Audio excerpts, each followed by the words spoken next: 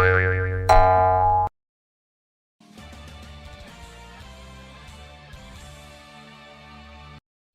गांव में हरिराम और नंदू नाम के दो चचेरे भाई रहते थे।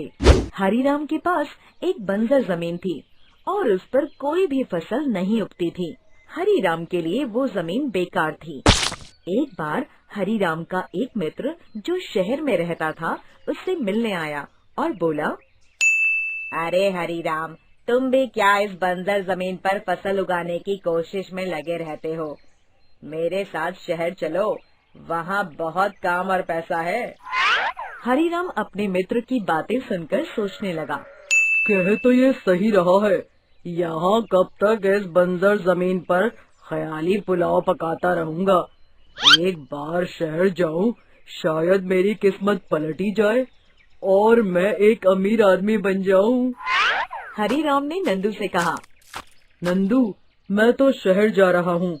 मेरी ये जमीन अब मेरे किसी काम की नहीं रही। ये तुम्हारे किसी काम आए तो देख लो। नंदू ने जमीन की जिम्मेदारी ले ली और हरिराम शहर चला गया। नंदू एक मेहनती इंसान था। उसने उस बंजर जमीन पर हल जोतना शुरू कर दिया और कई दिनों तक लगातार उस पर फसल उगाने के लिए मेहनत करता रहा। उसकी जी तोड़ मेहनत आखिर एक दिन रंग लाई और बंजर जमीन एक हरा भरा खेत बन गई। उस पर ढेरों अनाज की फसल उगने लगी और एक दिन फसल भी पककर तैयार हो गई। नंदू अपनी इस मेहनत से बहुत खुश था और सोच रहा था कि जल्द से जल्द बस अनाज की बोरियां अच्छे दामों में बिक जाएं। तभी अचानक उसने दूर से हरिराम को आते देखा। अरे हरिराम भाई, आप कब आए? नंदू, मैं ये क्या देख रहा हूँ?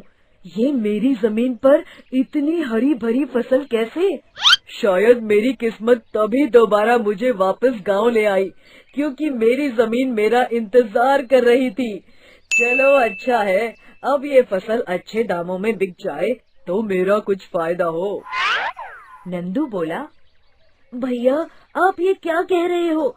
ये मेरी फसल है, इसे मैंने अपनी मेहनत से उगाया है, इस पर मेरा हक है। दोनों का पक्ष पंचायत के सामने रखा गया और सारी बातें बताई गईं कि आखिर फसल का असली हकदार कौन है।